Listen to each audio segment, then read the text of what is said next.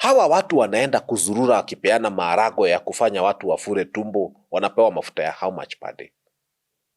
That's MPs. There's enough fuel allocation in this country, but it's allocated to the wrong people and for the wrong reasons. Hizi Subarus zilikuwa zinaenda kuabduct watu, mbona hatujaisikia ziko na shida ya mafuta? Deny the Subarus that are abducting people, put that fuel in the vehicles of the police that are going to serve people.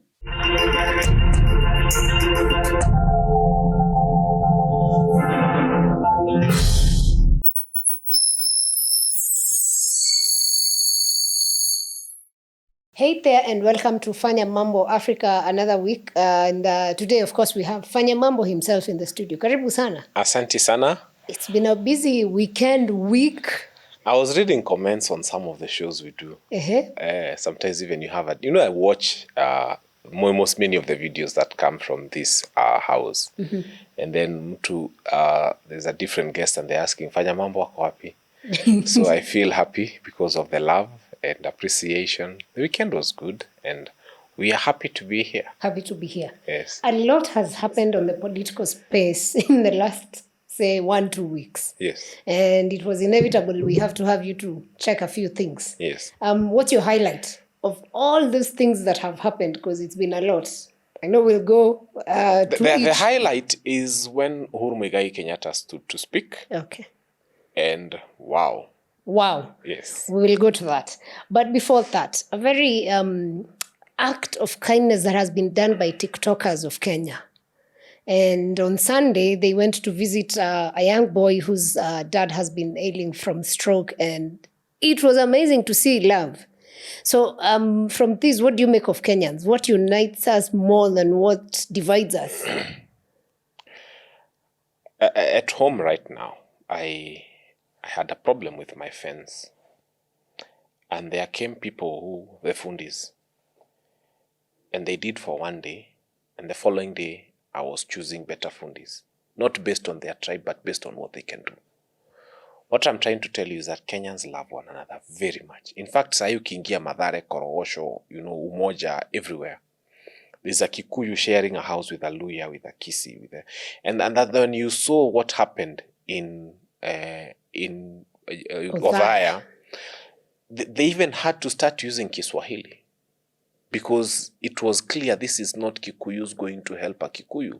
It was Kenyans saying this is a universal Kenyan problem and we are going out there as Kenyans. I was wowed, I was happy. I saw tears of joy in very many people. It was very moving, it was touching that people will come and see the universality of our problems and say, this has got nothing to do with politics. We are Kenyans, we love one another, and we shall stand with one another. It was one of the most beautiful things I have ever seen. And we wish Kaluma Boy's dad quick recovery, and hopefully from this now he's able to take better care of the dad. And also the system does better in terms of healthcare provision. Actually, I feel like it was God who allowed that to happen. When you look at his TikTok videos, there are people who Kenyans now are learning a very huge lesson. Sometimes you want to go and take videos away from home. You want to have a nice background. You want to have the background of a mall, a neighbor's beautiful house. This young man took the TikTok videos from their very humble abode. From, you can tell the simplicity in their home. Yeah. You can tell the need. You can tell, you see even where they were putting up the tents. It's not a lofty, rich neighborhood. Nothing. The boy came as he was. I think for me, the message to all Kenyans is TikTok content is about where you are. It's not about where you want to be, that you have to go and look for a nice background. Just be real, be yourself. In fact, real is now selling better than unreal. That's nice. I think for me, the lesson taken from this was the power of social media. Oh, yes. Because it took social media to transform the life of that family. Yes. And the same social media can be used even for political messaging and to change the political space, right? Yes. And with that, today marks the day when IEBC has begun the continuous voter registration. How do you feel about that? What are your expectations? Because now the game is about the young people, the Gen Zs, who are expected to be many registering for the first time and casting their votes come 2027? Number one, I hope they're not going to register those young people who we are seen disrespecting our flag. There has been a lot of noise and hue and cry about this administration saying how they are going to register people in Northeastern carelessly. We are saying hatukatai Msomali ambaye ni Mkenya apewe their voters card, but Msomali ambaye si Mkenya afanyiwe vetting. Let us not open our gates and stupidly do voter registration just because we want power. Also, my conversation with young people is this is a very, very, very great opportunity. We have occupied parliament in 2024 to eat mchele during the demonstrations. Now we are asking you that this is a chance to occupy parliament as members, and it is doable. 290 constituencies. I keep saying 289. Dagoretti South walinibarikia hiyo, and they love me and they have said yes, tunakusupport tuchukue Dagoretti South Fanya Mambo. So we have 289 constituencies that need to be taken. We have 1,450 MCA slots. Na mimi naambia Gen Z and young people, millennials, come in, let's think about it. Mmekuwa mkisema hakuna job. IBC in 2 years will declare 1,450 slots for young people who are qualified, who've been to school, who've been to university. Aki ya nani? Musiende, mnyinyi ndio mko na kura. Then muanze kuajiri very old people to be MCAs. I think in my opinion, MCA is good as entry-level politics, where people can come in, people who have a brain, people who are learned, people who can bring transformation, people who have ideas that can transform the society at the very local level. So let us pick votes with a view to not just winning the presidency, because what wanafikiria ati kuchukua kura is about 2 term and 1 term. No, kuchukua kura is about 1,450 MCA slots. It's about 290 parliamentary slots. It's about 47 women reps and 47 senators. It's about governors, 47 of them. So young people, mimi nawaomba kwa heshima na unyenyekevu, stop everything you're doing. Treat this as a national emergency. In fact, picking up your vote right now is a national emergency. And then there are those who want to switch. You probably have been moving from here to Kitale to go and vote. And now you have a permanent job here and you don't feel the need to travel to Kitale and vote. And you know, some of the reasons why we saw 8 million people not voting is we didn't address that out of those 8.4 million people, how many of them have found it laborious to travel and vote to maybe their hometowns? So if you live in Starehe, your vote should be in Starehe. Yeah. If you live in Kisumu, your vote should be in Kisumu. So please, if you have a feeling that in 2027 you still be stationed where you are, this is a very good time to change your location, because part of the reason some of these people don't vote is because of the issue of where they vote from. But then I ask myself, and this is a conversation we must have, if I can send money on my phone when I'm in Kisumu, Mombasa, Kakamega, why can't I vote at any polling station? What is this that could be done to see to it that without losing the credibility of the election, someone is able to vote from a place they are within the country? What is that could be done, and how, without compromising the credibility of the election? I think we have a lot of young people who are technologically savvy, and I trust we have systems that, if IBC was well funded, would encourage this form of... Actually, it's not rocket science. If you have a bank account with Bank A, and they have branches all over the country, you go to Kakamega, Mombasa, Kisumu, you can transact. Yes. You go to Embu, you can transact. Same bank. Why not? Why not? That's a challenge to the government. Very good challenge, actually. And hopefully they take it up. It can actually still work for 2027. We have enough time if they are willing. Oh, yeah. Yeah, and your issue of people traveling to vote, I think previously it was because we used to vote in December. Yes. Now the voting date is usually in August, so there is not much travel. So for anyone who hasn't switched or their mind is still stuck to December, they need to know it's in August 2027, right? I once posted about it on my Facebook page and I saw a lot of love. Enough people said, Fanya Mambo, we are changing our votes because we want to come and vote for you. God bless all of you.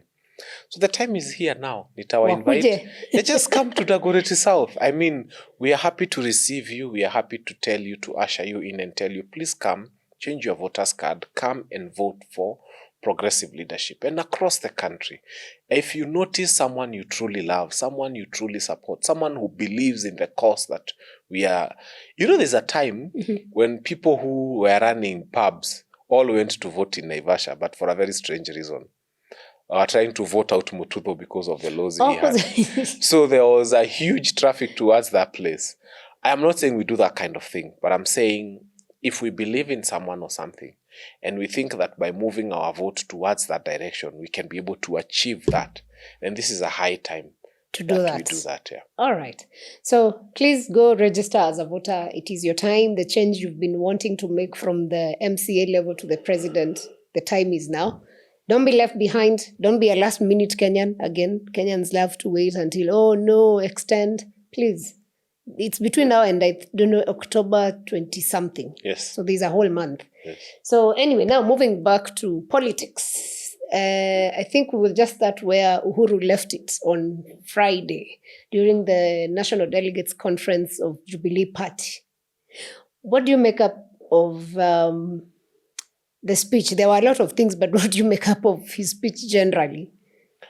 I don't know what it is about President Uhuru Kenyatta, but he has a way of electrifying crowds.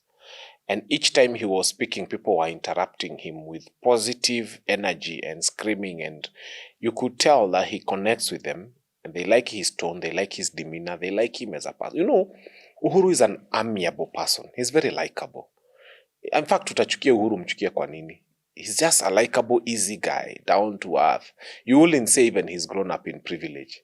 In fact, it's the opposite. Those people who've not grown... That's a politician you're praising like that? Yes. Those people who've not grown in... I mean, look at... Some people have started learning lessons from Uhuru. Venye alikuwa anaenda Kenyatta market, anakaa, anaitisha nyama. Remember the time when he was sworn in and then he said, karibuni chai, and then the media was like, we've never had such things. Uhuru... They say that karibuni chai was the beginning of trouble for media in Kenya. Uhuru might have had his flaws. Uhuru might have had his challenges as president. But as a human being, his personality is just likable. And you ask anybody, they'll tell you. Somebody shouts in the crowd, Uhuru, we love you. He says, I love you too. He's just amiable. That's one thing you can't take away from him. He's so likable. There's nothing you can do about it. And so I like the charm. I like the way he spoke. I like the fact that he was speaking from his heart. I agree with most of the things he said. I do not agree with some of the things he said. And I wish Jubilee well. It was my party before I left. I have never wished them ill. I wish them well. I like the way you're just trying to cover up. But now let me go to the issues raised.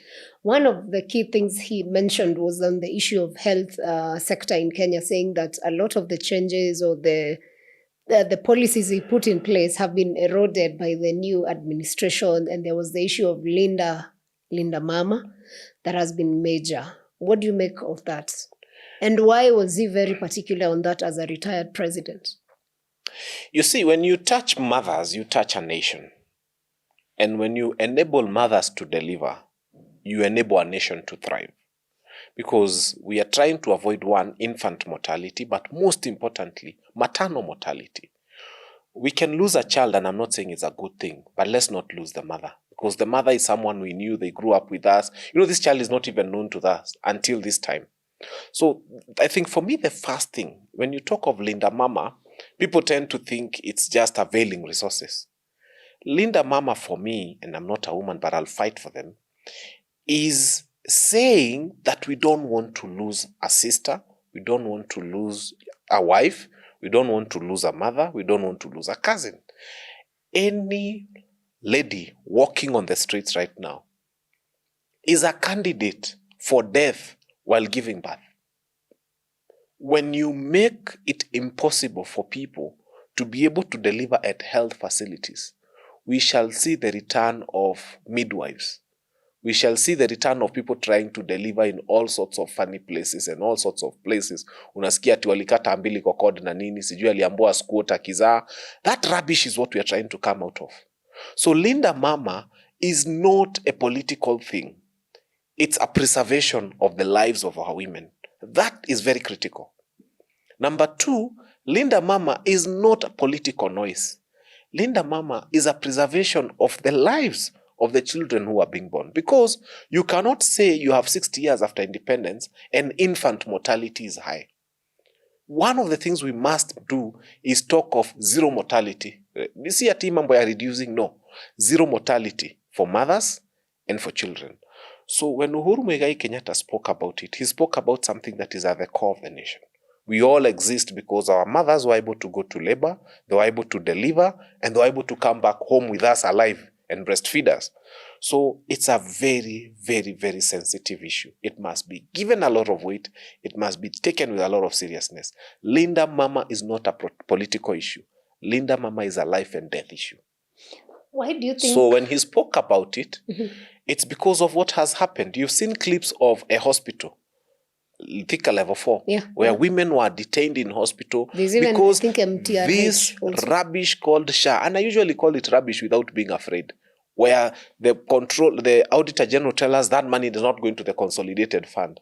That money is not, it's not working, and women are suffering.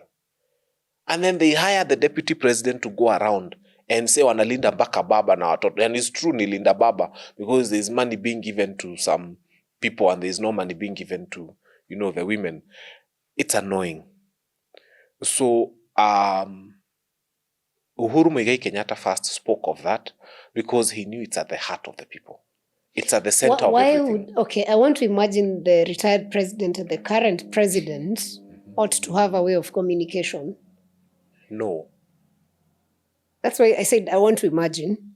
So why is it hard if, of course, we've had challenges with the medical sector, but why is it so hard for the retired president to maybe communicate with the sitting president if indeed he has the heart of the nation at heart? And tell him what? What do you want to tell William Ruto that he doesn't know? If you're going to say the gains made were eroded, then you have a thing or two to share. You see, William Ruto and his people sat down and literally crafted SHA with the intention of defrauding Kenyans all their money because it was deliberate. And that is why the Auditor General will come and tell you the money being collected from this SHA is not going to the consolidated fund. So if they have deliberately crafted a plan to steal from Kenyans through SHA and they're executing it, who are you to come and tell them that women are dying? They know. They don't care. The president said he's a consumer of raw intelligence. Now we are giving him raw intelligence. Women have been detained at hospitals. What other raw intelligence does he need? He's not interested in us. When you see such videos, because there were two, there was the Eldoret one and there is now the Thika, and those are the only videos we have that have come out to the public. Yes. When you see such things happen, what does that make you feel, and what should the government do? I'm completely disturbed. I lack words. UDA and Kenya Kwanza have got real bad depths they can sink into in terms of doing terrible things. You think they've gone low, they go deeper. You talk to them, they go even deeper. I mean, who steals from a mother who is about to deliver? Because literally you are stealing from a mother who is about to deliver. She's at her weakest. She's at her most vulnerable. She's bringing life into this country. The people that you intend to start taxing and stealing from. I am telling you, Kenyans, you don't know, you have no idea how terrible this administration is. But I can paint the picture for you. Last week, I went to a district hospital here in Nairobi. And I went through the parking. And I invite Kenyans to go there. And they gave me a ticket, a parking ticket. And I parked because Kenyans had told me what's happening. And I waited for 35 minutes. Then I waited for another 45. When I was coming out, my parking cost was 100 bob. The problem is this. When I paid for parking at a public hospital, my total bill was 100 bob. It looks like a simple thing. But since independence, why have we discovered that now you can take a public hospital and start charging sick people for parking? I'm shocked. Number two. Are you serious? Actually. For real? What we are not seeing is the plan they have. The plan they have is that that's a pilot. So that's a private company. Yes. It's not even going to e-citizen. That is what is annoying. That's the question, because then it ought to be e-citizen. It is not going to e-citizen. I'm telling Kenyans, go do it. Kuna mahali inafika sasa tunaambiana ukweli. Now, what they have done, or what they are doing, if Kenyans are not aware, wamehesabu the number of public hospitals we have in this country. Level 3, level 4, and like that. So once they see this pilot, they will run it through all our hospitals in the country. And public money, many public parkings, will become a source of money for private companies. And guess what? They are charging sick people. They are charging people who are sick. I thought it's only done in private hospitals. No, these guys are sick. They are the ones who are sick. The people who are in hospital are admitted for medical ailments. The people who are doing this business from us should be admitted for mental ailment. Why are we paying parking fees in public hospitals, something that never used to happen?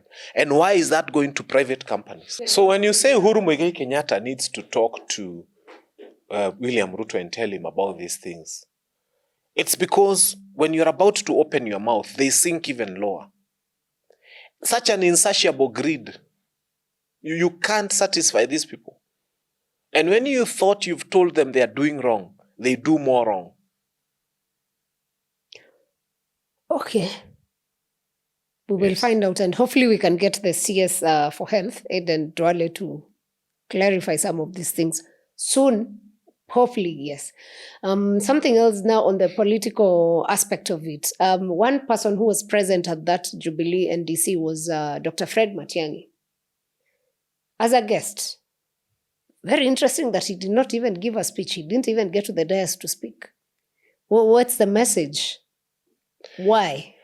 First, I don't want to interfere with Jubilee affairs. I used to be a member of Jubilee. I left Jubilee because at that point in time, there was terrible leadership. I've always made it very clear. It was not being led well. I left. Now, Dr. Matiang'i, we can only wish him well. I have always told Kenyans, look, our common enemy is President William Ruto. Let us not fight one another.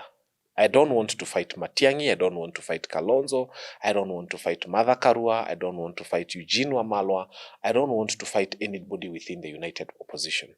If anything, if Matiang'i can leave Jubilee with a Jubilee ticket as their flag bearer, as long as he gets to sit at the table of the united opposition, where we shall be having a conversation about who is the best candidate and what do they bring to the table, I think that's a positive thing. So let us not start fighting within ourselves. And I've always told people, there's something called friendly fire in a war. Sometimes you go to war and there's fire coming, but it's friendly fire. It's from your own people, but they didn't know it was you who is there, or maybe there's a misunderstanding. But friendly fire kills. It's equally lethal. So I wish to implore every other Kenyan from where you are, can you focus? Stop fighting Kalonzo. Stop fighting Rigiji. Stop fighting Matiang'i. Stop fighting Martha Karua. Stop fighting Eugene Wamalwa. Stop fighting Natembea. Please, focus. We know where our problem is. We know who killed our Gen Zs. We know who made them disappear. We know who is accused of abducting our Gen Zs. We know who brought the terrible finance bill. We know who has done all these atrocious things against us. Can you focus? Even with that knowledge, it would be important to mention that when Rigiji was it Narok or Kajiado yesterday, he just mentioned the five leaders who he believes cannot go against the will of the citizens of Kenya, but he left out the name of Matiang'i. There's a lot it's politics. We read a lot in politics. Any message, it's even more in the unsaid ones. That's a message. So I would just want to understand from where you sit. Why do you think this happened? And then what could that be saying? There's a conscious and deliberate decision of leaders within the opposition to look for one another and to work with one another, so that Mother Karua is moving from her comfort zone and going towards Rigiji, and Rigiji is moving from his comfort zone and is going towards Kalonzo, and Eugene is moving from where he is and is going towards any of the other. These people are waking up, they are going to a PLP meeting, they are waking up, they are going to a DAPK meeting, they are going to a DCP meeting, and so on and so forth. The only one thing that hasn't happened, and we pray that it does begin to happen, is that Fred Matiang'i has not been seen to look for the other opposition the same way they look for one another. I know at one time he did go to Wamonyoro, and I know he was received well. And then they were supposed to do a Kisii tour. I don't know what happened. But I think from where I sit, it's also incumbent upon Fred Matiang'i to show the opposition that he's interested in them, to show them that he's part of them and that he wants to be with them, so that it's not a situation where it appears like the opposition is always fighting him or asking him to join them or imploring him to join them. He needs to stop being aloof and to stop standing on himself and to start being seen to work with the united opposition. Are you saying that he's not with them at the moment? I am not saying he's not with them because I haven't seen him and I don't know what is going on in his mind. But Fred Okengo Matiang'i, if you can hear me, what Kenyans want is the way we have seen Mother Karua and all the others look for one another, including unasikia wameenda kwa Kalonzo. When are we going to know Matiang'i's residence, for example? Tunaonanga watu wameenda Wamonyoro, tunaona watu wameenda kwa Kalonzo, tunaona watu wameenda kuona Mother Karua. When are we going to hear you, even at least invite the opposition to your home? Be seen to be interested in them. That's all we are saying. We will not fight Matiang'i. We don't want to fight Matiang'i. But he also needs to show that, let me tell you, there's nothing as bad as having friends who always look for you and you don't look for them. Matiang'i needs to up his game. He needs to say, hey, I'm also out there. I want to look for my friends. I want to have lunch with them. It feels good when your friend today is telling you, Koda mpango, situonane. Then you see, oh, you're not alone. But if you're always the one looking for your friend, then it's in the name, Fred. Yeah. Yes. Very interesting.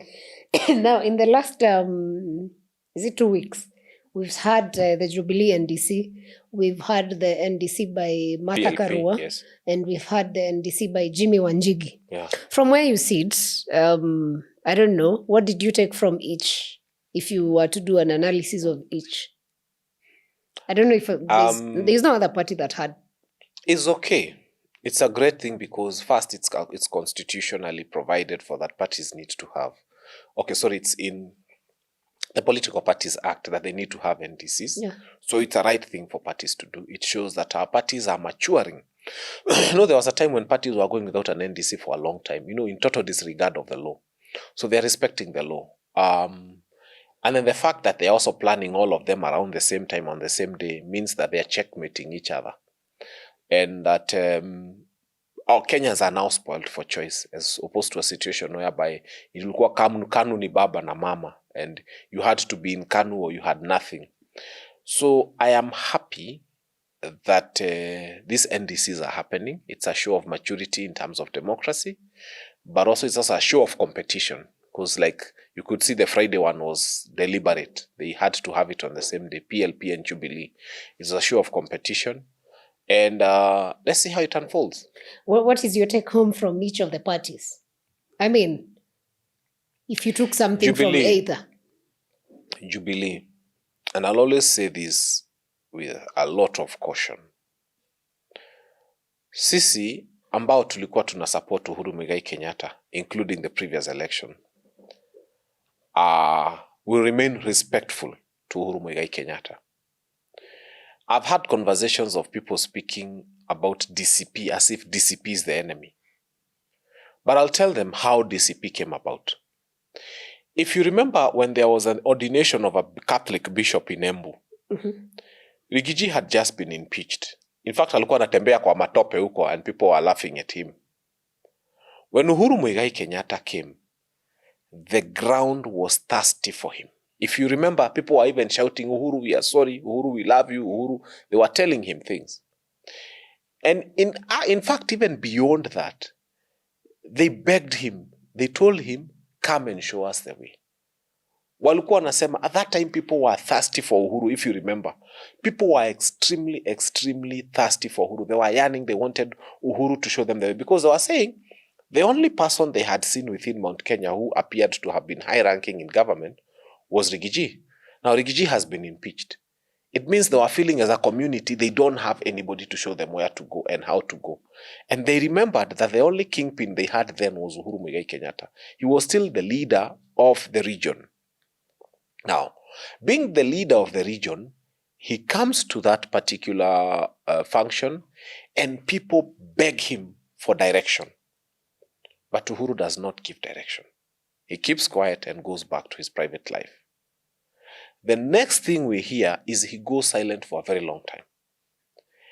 Not so long, I think 2 or 3 months. The next thing we see, William Ruto has visited Uhuru Kenyatta at his home, at Mama Ngina's home.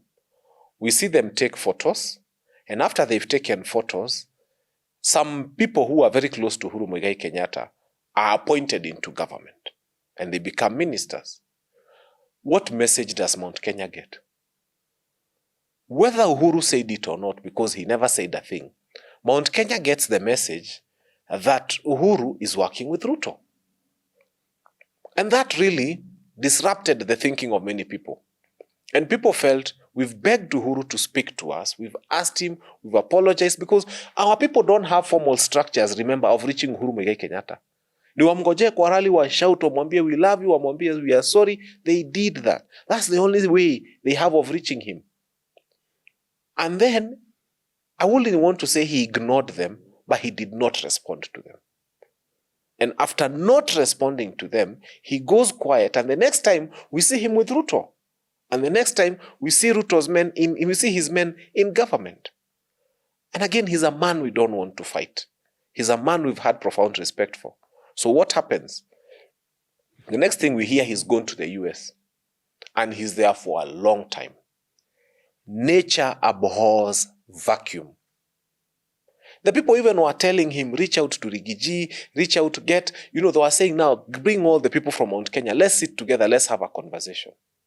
Uhuru Kenyatta, for whatever reason, did not heed to this call.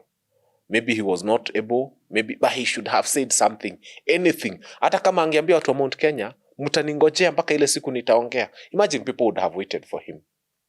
So he left us in abeyance. He left us unaware of what his plans were. So what did the people do? They started looking and gravitating towards the next person who looked like he would lead them. And I remember when Rigiji was impeached and he went to Amonyoro, he was emboldened by people visiting him every day and telling him, and he took a lot of time consulting, like 2 months. People just used to come to him and told him, come out. He said, are you sure? They told him, come out. We will stand with you. And he started coming out.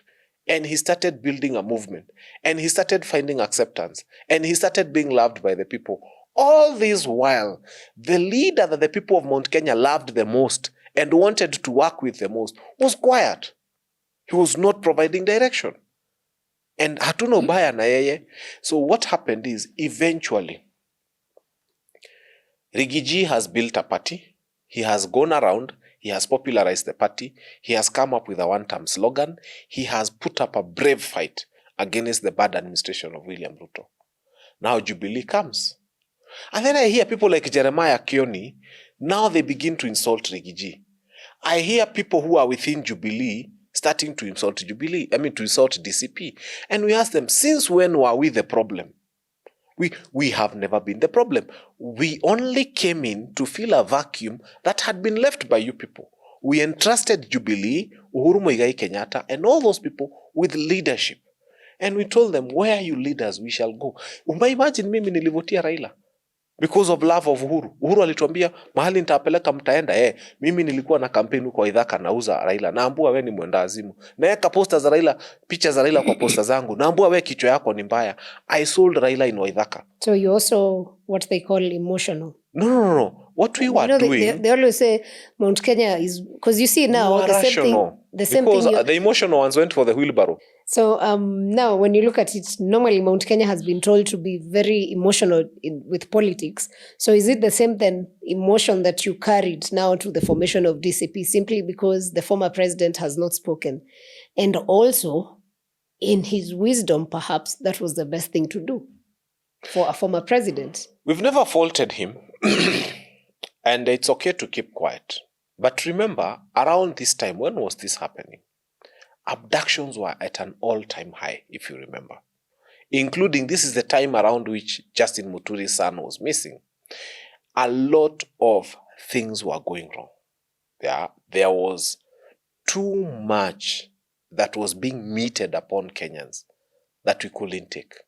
And we needed strong voices of people coming and saying that this is now not leadership. This is terrible.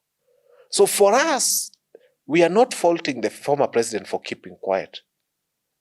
We are faulting him for not knowing the gravity that, there are some things that could happen. If, for example, you wanted to buy your child a piano, you can do it as one parent unilaterally. But if you want to change your child from one school to the other, you probably husband and wife will sit and talk. Now, what if you want to sell your child? The whole community will be involved. In fact, even the government will be involved. Now, this is where we are. When we get to a point where you're losing life, now the issue of being a former president goes away. The issue of respect and statesmanship and everything goes away because human life is sacred and you only live once. Tomboya lost one life. Okay? he was called JM Kariuki lost one life. And these people are immortalized. So when we lose one life of one young person because he conveniently chose to bang his head on a cell in a hospital, in a police cell, then that is the time when we speak. If we don't speak when young people are dying, I don't know what is most critical or serious than loss of life. Okay, agreed. What did you take of the Jimmy Wanjigi's Safina party, NDC, and the PLP? I mean, your take homes or highlights. Jimmy Wanjigi is doing his thing. I saw it at the Ngong racecourse. It would be terrible to fight him. I think he's crafting his own boat, Safina, which he believes will... And think about it this way.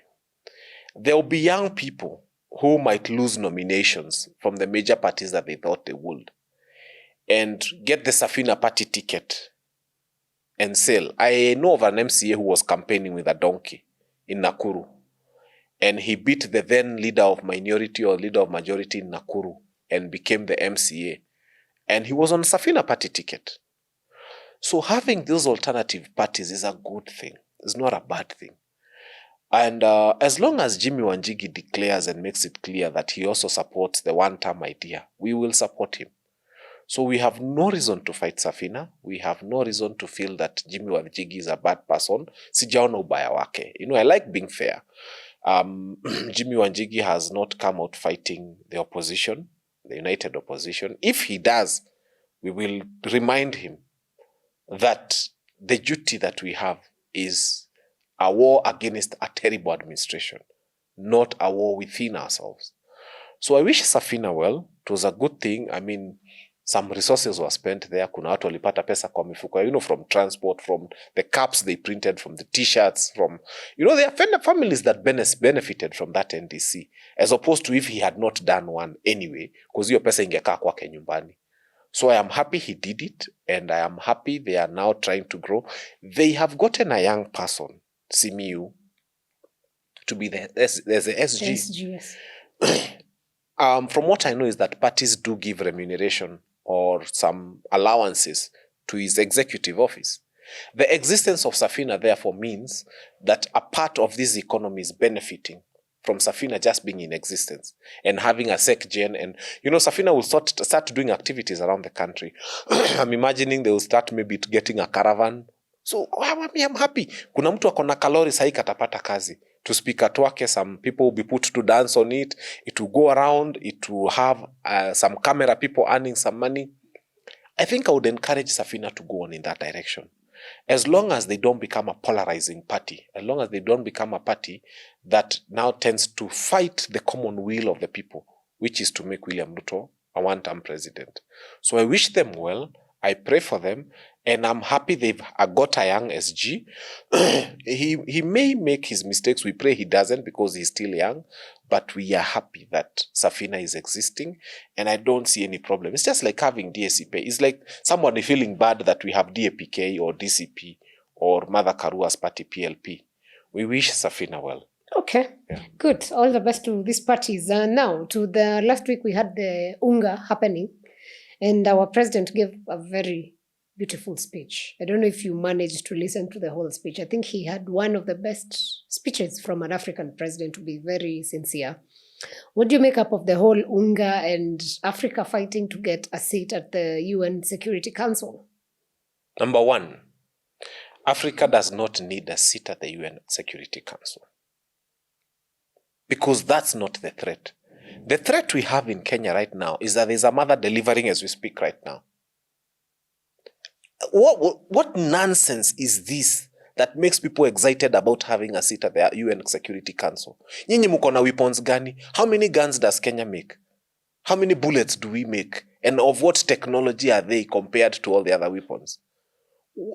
The Africa, I wish we were having an issue, conversations about maternal health. I wish we were having conversations about being able to take our children to school. But that's not the space. I wish, no. It is the space. UNGA is not the space for that conversation. You see, I'll tell you why it is the space for that conversation. To the Europeans, security for them is security from bombs and atomic bombs and so on and so forth. For us, is security from hunger, is security from ignorance, is security from disease, is security. So you go and change the conversation and tell them your insecurities are not ours. We don't sleep in Kenya imagining that Taiwan is going to bomb us at night. We sleep in Kenya imagining that we have no breakfast tomorrow morning. So UNGA conversation was misplaced. It's not a priority for Kenya. It's not.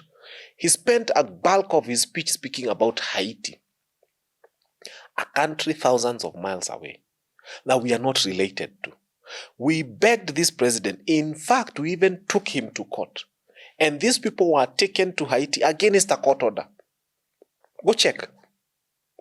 So when we say, don't go to Haiti and file a matter, and a court pronounces itself that we shouldn't be in Haiti, and then you go to Haiti and deliver our soldiers there, and then you go to UNGA to talk about Haiti, do you think we'll listen to you? We'll switch off the TV. Those are your problems. You created for yourself. Wewe unaambiwa na Wakenya, don't take our young men to Haiti. Then you take them to Haiti. And then you spend our money to take a flight to go to the UN and start telling them about the men you took to Haiti against the will of Kenyans. Why are we supposed to listen to you? You know, unaambiwa hii ni wembe itakukata. Unachukua wembe unajikata. And then unaenda kulament in public. Oh, hiyo wembe ilikukata ukifanya nini? Uliambiwa, don't take Kenyan men to Haiti. Now we spent in excess of 4 billion trying to maintain them there. We've lost lives. Families are getting to know about the loss of their loved ones from a United Nations convention going on. That's how they're getting close. That was very sad. So when I hear people saying he gave a good speech, it's because we haven't sat and asked ourselves what is good for Kenya. Now, Haiti is not good for Kenya. Just 2 weeks ago, young men were carrying human waste wakisimia watu tao wakiwaibia. If you remember. I know we forget very quickly. Kenya Archives was a no-go zone at 6 p.m. Unanyang'anywa simu by young men. You remember that crime scene? Yeah. When our men are in Haiti trying to maintain peace and restore order and they've left an orderless country. There was so much disorder in Nairobi. Even now, it's not gotten out of hand yet. Just go to your TikTok, go to your Facebook socials and see how many young people lost their phones to these guns. But do you think that is because we sent a few men? Now, do you know how many people we have in the barracks? I'll tell you or why. Or even police stations. The barracks are not supposed to do that. I'll tell you why. The UN ratio, the recommended ratio is 1 policeman to about 450 civilians. Kenya, you are doing 1 to 1,200. Now you 1 to 1,200, there are some CSAs I see with 3 cars. Yake na Cheska. When a guy has got 12 policemen to him, that's a whole police post. So not only are we understaffed in terms of policemen, the ones that we have, we've assigned some of them a whole police post to one person. When you have 12 people guarding you, you have a whole police post. And then some of the others are guarding critical installations, guarding central bank, guarding what, ministries. You find a lot of AP police. So I'm telling you, it is actually maybe 1 to 1,500. And then sasa you take a whole 1,000 to a country where we don't trade with, we don't benefit from being. Hakuna Kenyans huko, ulisikia wangapi wamepatikana huko. You know there are some countries unasikianga kuna, unaenda na Qatar unasikia kuna a Kenyan driver. Unaenda Kuwait unasikia there's a Kenyan truck driver. Haiti hata hakuna hoka huko Mkenya. So we have no business being there. There's no diaspora remittances from Haiti to this place. I mean, there was remittance that was going to come if UN was going to fund. So our motivation for going there, our motivation for going there is for UN to fund us. Which could be one of the factors. I mean, the motivation was to put that country into peace. No. It's not our duty. You see, when your children are hungry, and then instead of leaving our young men here to do something, you take away the breadwinners of those families and take them to the line of danger. Like the young man who died. You saw how the mother mourned. Why do you want to take away from us the most productive lives to die for something that is not useful for us as a country? Haiti is useful for the US and many others. It's not useful for us. So that was the worst speech that President William Ruto ever gave. Because it was a speech about Haiti. I still stand he had a better speech. He had a very good speech. About what? About issues affecting Africa and why Africa should be allowed to be on the table when these geopolitical conversations are happening. Because if we do not discuss them, then we will be ignored. And the thing is, decisions that are made by these first world countries end up affecting us, whether we like it or not, because we're not an island. My dear, you see, the GDP of Africa, go look at it, combined. When you tell the UN to have a conversation with Africa, or to have a conversation with China, or Russia, they'll have a conversation with China or Russia. You know the secret is what? Go do your thing, do it so well, people will invite you to the Security Council. When you build your economies, when you have a good currency, when you have money flowing in your country, people tell you, come to the table of men. Have a sit down. What will you have? But you are here, you are killing your own children, you're dying of malaria, you have ignorance, you have poverty, you have disease, you are looting all the money and taking it in foreign accounts, and then you are saying, we also want to have a chance at the table. What conversations are you going to have? The UN Security Council, they are discussing nuclear weapons. Tell us how many nuclear physicists we have in Kenya. We are putting up a space in Kisumu. Yes, at whose cost? How many engineers who are Kenyans? Let me tell you. The reason China is called to be a member of the UN Security Council is because of what their economy looks like. And because of the fact that now even Iran is a country that you want to have a conversation with, because of the nature of the new weapons they have, because of the human resource they have that understands nuclear energy. India is better placed there than ourselves, because India is investing in IT, India is investing in nuclear technology. India actually right now is becoming a force. And so earn your place, don't demand it. This is nonsense. You are there, wewe unachezanga kale katika the smallest league in the village. You are saying nataka kucheza Premier League ama Champions League. Unaambua you don't even have boots. Unaambua okay, kuja join Champions League. Huku tunakujanga na boots za 10,000 per player. Hamna, mnachezanga na slippers. Na una insist unataka kuingia Champions League. Come on, grow up. First things you do is sort your mess. Earn your place, don't demand. Let me tell you, there's nothing as bad as a husband demanding respect in his house. Oh, I've come to demand, I want my wife to... No, boss, we ni mwanaume. Enda uko nje, jitume. Make a living. When you come home, anaona unakuja na nyama, umelipa school fees ya watoto, ukiambia mtoto ni mgonjwa unalipa. Your wife will respect you, naturally. Your wife will respect you. Na akienda chama, anakwambia naenda chama, anakuta umemwachia 3,000 ama 10,000 ya chama. She'll be like, I have a man. But wewe ni pumbavu ya mtu, you are wasting a lot of time in the village, you have nothing. Ukiombwa hata bairo ya mtoto unasemene ni mukakope kwa duka ya Njoki. Whatever little money comes in, kama ni ng'ombe yenyu imekamuliwa, umekunywa hiyo pesa yote imeisha, umekula na, and then you are saying I want to be respected in my house. Respect is earned, Kenyans. Don't go to the United Nations demanding for positions. When you make yourself a country worthy of being at that table, they'll call you. They will invite you to the table. These illustrations came from the UN to being a man. Yes. It's very interesting. Wow. Okay. Now, back home, about a week, I think before the UN UNGA event happened, the president had old and vulnerable people at State House. And the whole idea was to pay for them SHA so that they don't end up hurting or lacking medical attention and stuff like that. What do you make of that? And is it okay then to be having small, I mean, I know it's the old, yes, they deserve that, yes. But how do we rework the system so we don't have to have such happening?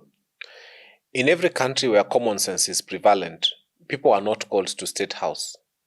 State House is not the source of goodies. I think what should have happened is a policy framework that enables an old man to know that when he's sick, there's a hospital near him that has got drugs. That when he's unwell, there is a care program. Umeiona ati President Trump ameita watu State House, uko White House kuambia ati, sasa mimi I am the source, I am giving you the... No!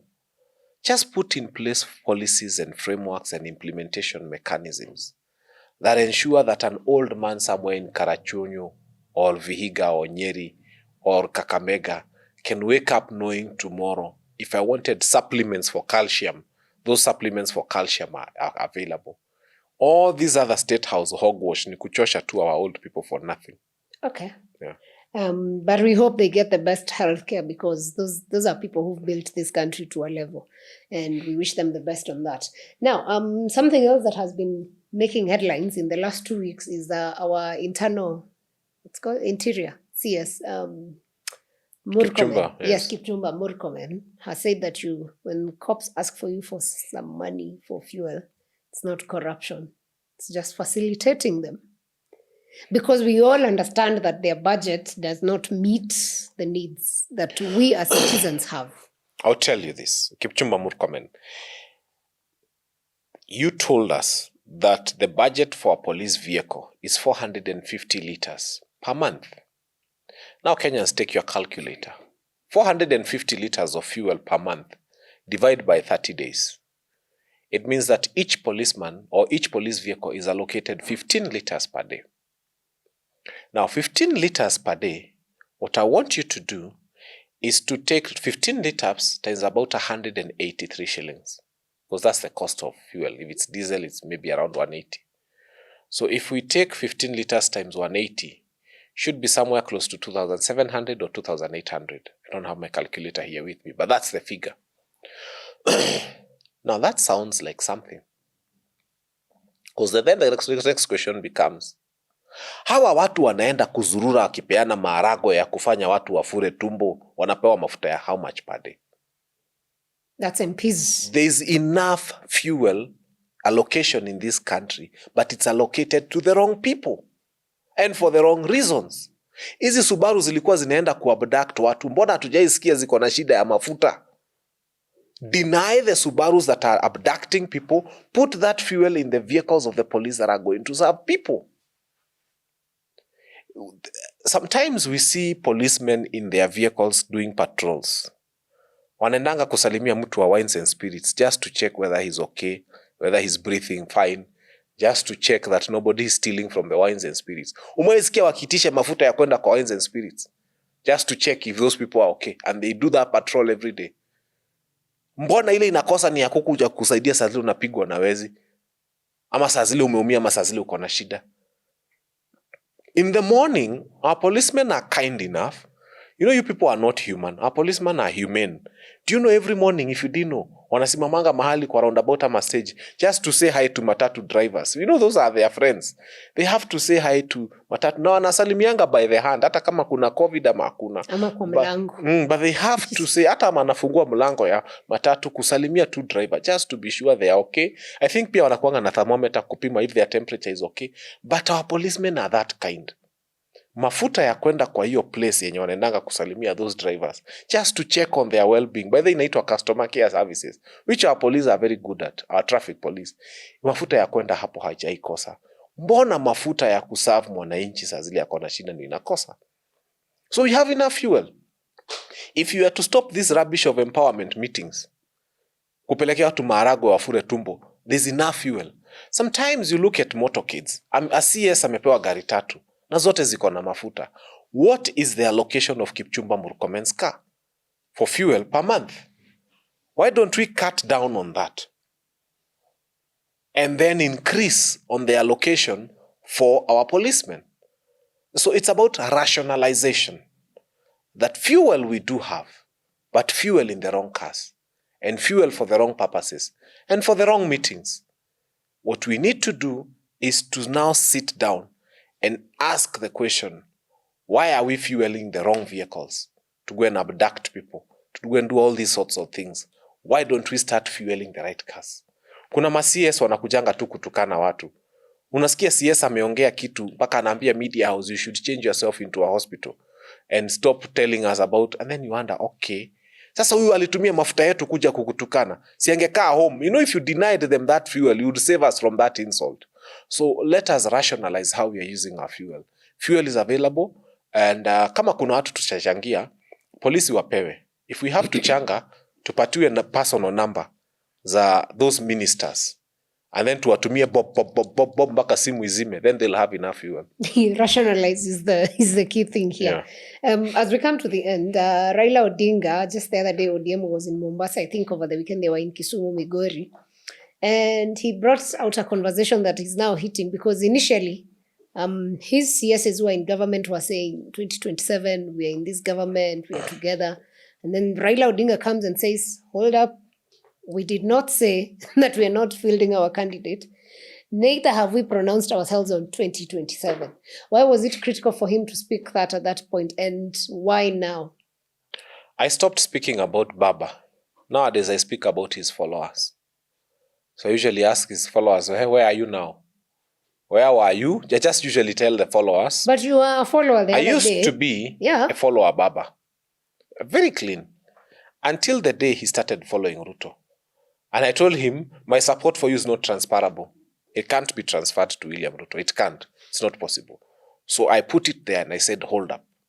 So my question is to the other followers of Baba. It's not to Baba. Question is to his followers. Are you going to do like me? Ask yourself, am I being taken to the right place? Because you can't take me here, take me here, take me here, take me there, take me there. Either you are very right or I'm very wrong, or I'm very stupid. I chose not to be stupid. I chose not to be herded into places that I do not feel comfortable about being there. So Baba the person, I have no problem with him. I think the question is you, the followers. Where do you sometimes leave your brains? Because sometimes you need to ask yourself, hey, wait, why am I being taken to, and why? And do I have a right to say no sometimes? Because one of the reasons we are where we are is that some people have refused to exercise their right to say no. So Mimi fighting Baba? No. But his supporters? I wish you well. Do you think ODM is divided? Because we have the Sifuna gang that always talks, so, like we are pro-people. Then we have the other gang, which is led by, what's his name? Suna. All companies have got people who come and sell loans to you. Then they have people who come and recover. The Junet Mohammed team is busy enjoying the fruits of this government. They are there as proprietors, as business owners. They benefit from the outfit that is ODM. And then the Sifunas are the people who are guarding what ODM is ideally supposed to have been standing for. It's a house united in playing a trickery on William Ruto. And they are playing the trickery very well. And before it's very late, that marriage will crumble at some point, definitely. You think so? It's founded on nothing but lies. William Ruto is lying to ODM. ODM is lying to William Ruto. They are lying to one another. It's a marriage is two bedfellows who are not sincere with one another. It's a convenience, works. It's, these two bedfellows who are okay with, you kuna passwords kama 5 kwa simu, moja ya WhatsApp, but you are sharing the same bed. So baba akona simu yake pandei, very many passwords, Ruto akona simu yake pandei. They are bedfellows who are lying to one another and they don't mean well for one another and they know and they suspect one another, but they have to share a bed for now. Okay. Yeah. We wish them good luck in that as they continue sharing that bed. Yeah. And hopefully, even as they share, they fix some things that Kenyans need fixed, because that's the most important thing. All right. I think we will bring it to the end at that. I don't know if you have any closing remarks to your people of Dagoretti or to Kenyans in general. Yes, first to the people of Dagoretti South, I'd like to tell you that 2027 offers us a very unique chance. I have offered myself and I'm requesting you to stand with me and vote for me as your member of parliament and to support me in more ways than one. I mean, it's up to you to think of how do I stand and support Fanya Mambo in one way or the other. You can pray for me. That's support. You can, whatever it is that you think this would help in that journey. But also now for Kenyans is to say, we will change Kenya if we change parliament. Let us focus on the 289 remaining seats and put in the right people. MCA, Gen Z hata hakuna kufikiria. Si tukasirike tu tuseme MCA wote tunachukua. Ni kitu rahisi tu, in every ward, tuseme, umse ako poa. And I'll pray with you, for you, Gen Z, please. Mukimulika mtu, tafuteni mse ako na good manners, a sincere person, and also mtu amesoma. So not just at education, a sincere person, a person who means well, a person whom you believe in. We just need one in every ward.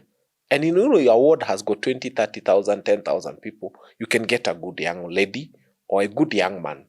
Tuseme tunakufa na huyu. Sisi kama young people, our protest at the ballot is to give ourselves a young person we believe in and we want. Make them MCA. A young person we believe in and we want. Make him MP. Tukufe na hao watu. Tuchukue 1450 plus 290. Alafu tuulize, next. It's very easy. Next. A country changes. Yes. Yeah. I think that's a very good place to end it. And for me, it will just be the reminder. Continuous voter registration is ongoing. If you've not registered, especially the young Gen Zs who've cleared school in the last 1, 2, 3 years, this year also, it is your season. Go register as a voter. It's very critical. It's very important. All these conversations we are having here, all this civic education we are doing, it is for the better of this country. And for that country to change, everybody must vote. Everyone must vote. That's important.